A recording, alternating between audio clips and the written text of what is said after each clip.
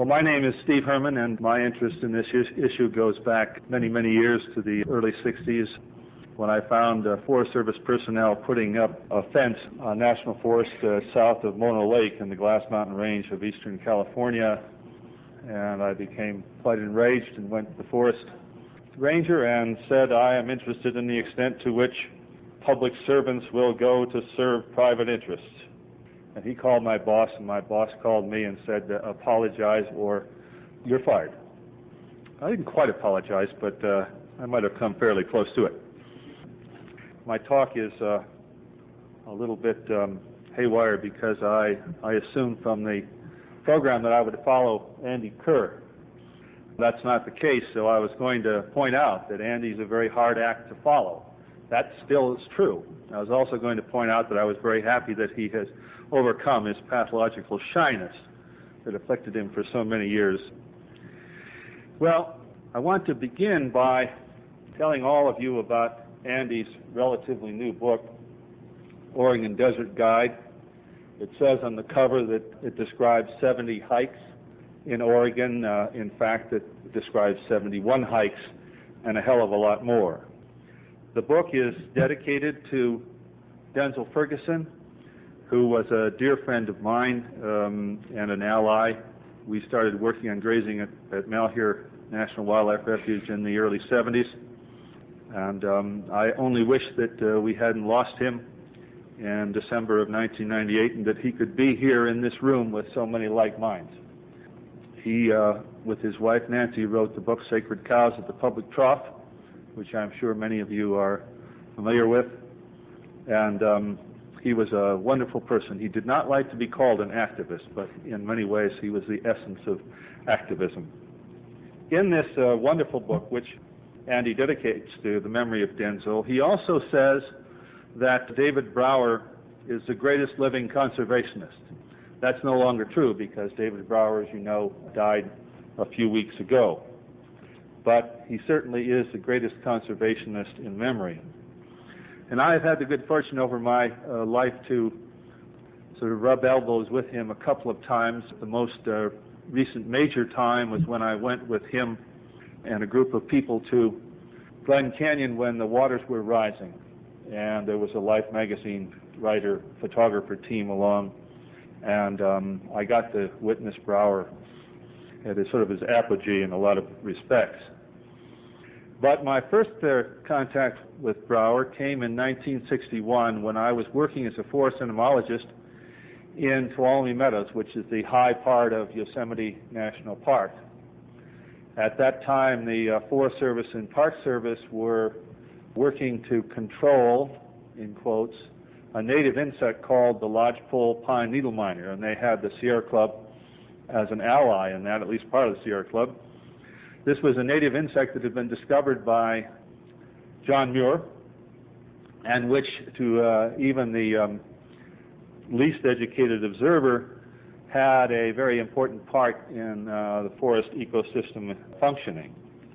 So they were about to apply malathion, an insecticide, to a huge acreage in Yosemite, and I found out sort of complicating factors. The Fish and Wildlife, Fish and Game people from California who were doing it were going to make their assessment of damage to fish by netting fish and then eating them. And if they tasted diesel fuel, which was the carrier for the malathion, they would record that. There were many other things. So someone said, well, why don't you call David Brower? He's this conservationist over in San Francisco. And so I called this guy named David Brower. He was then the executive director, right, of the Sierra Club. And he expressed an interest, so I went over to see him a few days later after I'd sent him some material and talked to him on the phone. And this is how conservation used to happen, or not happen. So I talked to him in his office in Mills Tower for a while, and he said, I think we can do something about that. And he picked up the phone, dialed the phone, and all of a sudden he was saying, hello, Stu? He was talking to Stuart Udall, Kennedy's Secretary of the Interior. So he told Udall this story, and Udall said, well, okay, David, I'll take care of that, or something of the sort. So the Secretary of Interior phoned the Park Service headquarters in Yosemite Valley and told them to stop the spray. Ground the helicopters. Don't spray anything until we've had a better chance to look at this whole thing. The spray went on as scheduled, and the Park Service officials in the Yosemite Valley claimed that they were unable to communicate with the people up in Tuolumne Meadows to halt the spray. Andy's book is not a book, it's a Trojan horse. Don't be fooled. Most books of this sort, although they're very useful, are about as exciting as a bird call tape. You know, you hear the bird sing and then someone says in a monotone, black-capped chickadee. And you hear the next one, says Phoebe, and you hear the next one. This book is not like this. This book, in addition to having wonderful descriptions of the country and the potential hikes, is a wealth of information about natural history, about abusive grazing, about all kinds of things that affect the desert. It just makes wonderful reading whether you want to hike in Oregon or not. The Trojan horse part is that these are 70 hikes, actually 71, but most of them are on proposed wilderness areas. And the not-so-hidden agenda that Andy has here is support for legislation that would protect wilderness in Oregon. Some of you may remember the book that came out called How to Defecate in the Woods. It had a coarser, shorter title than that. But if you get this book that Andy has written, he has a good section on how to defecate in the desert, which complements the information in the other book. Also, he has a section on how rattlesnake mortality is directly related to concerns about penis size by young men already committed to wearing high-heeled shoes. It's a lot of very interesting stuff in there.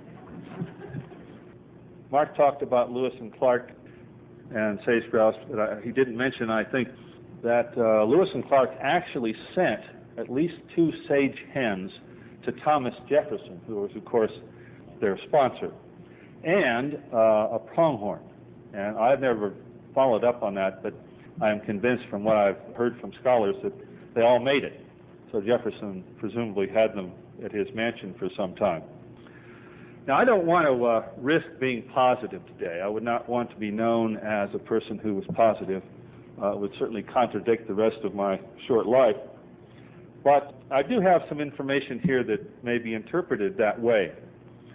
I first want to tell a positive story about a rancher and a permittee on Hart Mountain National Antelope or Wildlife Refuge, where I have been privileged to teach part of the year since 1976. This guy's name was Deese McKee, and he was a fairly small rancher who had his base property at the base of the scarp that is Hart Mountain, a fault block that faces west, and his ranch was at the base.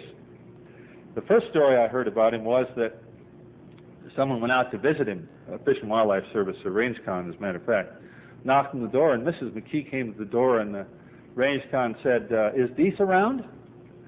And she said, well, not exactly. Oh, he said, well, and she said, well, he's out in the barn. He's been out in the barn for an hour and a half. He had a toothache, so he got a bottle of vodka and a pair of pliers, and I haven't seen him since. This is sort of the kind of guy Deese was. But later, in fact, just this last summer, I heard another story about him that I think is the kind of story that we hear very rarely about ranchers. As I said, he had an allotment on Hart Mountain. It was up by Poker Jim Ridge, which is sort of the northern part of the western hunk. And a friend of mine who used to be the refuge manager at Hart Mountain, he's now at Malheur, asked Deese one time if he could ride with him when he turned his cows out. And so Deese said, sure. They were pretty good friends. So Deese went up there with his cows and trailers and the horses and the whole western thing, you know. And he turned his cows out, and Both Rod and Deese were on horseback, and they got off for some reason. And Deese was walking around, meadowlark flushed from his feet. And by Rod's account, he leaned over and said, "Oh my goodness, that little bird has 4 eggs in there. I can't let my cows risk stepping on that."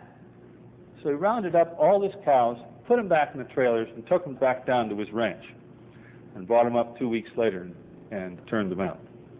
That certainly is an uncommon story, but I think it's a very interesting one. Well, my history on Hart Mountain goes back, as I said, to 1976 when I began teaching week or 2 week courses in natural history. And I was drawn by the hot spring that is there. And the only campground on the 275,000 acre refuge is near the hot springs. In those days, there were cows everywhere. They were not excluded even from the campground. And not until many years later were they excluded from the campground. And with the usual results. But one year we camped there with a class, and on the 5th day, that was back in the days where you could still drink from a stream. I mean, I drank last from a stream on Hart Mountain in 1980, before Giardia was ubiquitous. But in those days, in the 70s, we took water from the creek for drinking and cooking. And after we'd been there 5 days, someone found a dead and rather thoroughly decayed cow less than 100 yards upstream from where we were drawing water. Now, Andy points out, again appropriately and even eloquently in his book, that there are a couple of heroes in the Hart Mountain story where cows were removed in 1993. And one of these persons is Barry Ricewig. Barry Ricewig was the manager who saw the light and had the great courage, the great fortitude, and other skills to finesse their removal. He was a very interesting and certainly still is, very interesting and complex man. Not very loquacious, not very conversational. And he and his wife had no children. And that was one reason, in my view, that he was able to finesse the removal of cows. Our first speaker today talked about friendships and neighbors in these rural communities. And the most sort of poignant and effective tool that prevents natural resource employees from even seeing the damage that all of us are so concerned about is the fact that their children are exposed to the other kids in town in the schools. And that's a very powerful influence. Andy is quite right in crediting Mr. Ricewig with this. It was a huge success. And Andy himself is another hero in this whole thing. His role we haven't heard about in detail, but I know something about it, and it was very significant. Now, my motivation for what I'm talking about today comes from an experience that I had this last summer when I went up to a little place where I've been privileged to work and teach a bird banding class for 18 consecutive years. I started in 1983, and every year since, in the last week of July and the first 2 weeks of August, I have had a dozen or so students from Evergreen State College up there, and we have netted, processed, and banded in that time some 12,000 birds, mostly brewer sparrows and vesper sparrows. By the way, we've never had a recovery. No one has ever recovered one of our banded birds outside the immediate area of camp. I see that as a good thing in a lot of respects. Those birds must have a lot of sense about where they winter. Well, when I arrived at Hart Mountain this year, probably about the 27th of August, I was greeted by what I considered large numbers of sage grouse. And it seemed everywhere we went, we had to slow the vehicles down to allow sage grouse to cross the road. We were seeing them in camp, flying over camp, so on and so forth. So after I'd been there a few days, in fact on the 5th of August, I wrote Dr. Randy Webb a letter in camp, and I'm afraid that some of my sloppy emotionalism may peek through in this letter, but I think I'll read it for you because it really describes my motivation in showing you these slides and the data. I've been on the mountain for nearly 2 weeks, camped in this little swale with a spring and a dense forest of aspens about 20 feet high and rarely more than 5 inches in diameter. Not one is more than 14 years old, and all date from the exclusion of cattle here, because in this place cattle were excluded in 1985. The older aspens, strong, thick-trunked, and beautiful when I first banded here in 1983, are now declining, falling to the weight of snow and the strength of spring winds. I am here with 12 students, 4 teaching assistants, and a cook. We have netted, processed, and banded some 700 birds of 18 species so far this year. When the out-of-control controlled burn swept through here in 1985, my students and I had finished and gone. A friend in the service arranged to have a load of water flowing on our kitchen and tent area before the fire swept over the swale and up the south-facing slope adjacent to it. The aspens upswale were crisped for 100 yards, and the tip of the willow corridor downswale, where we do most of our netting, was burnt and blackened. The south-facing slope came back almost entirely to cheatgrass. It flourished between the gnarled and blackened skeletons of bitterbrush, the stubs of sagebrush and rabbitbrush. Green and soft in June, it dried and reddened as the season progressed, and I would have bet that it would persist until long after my death.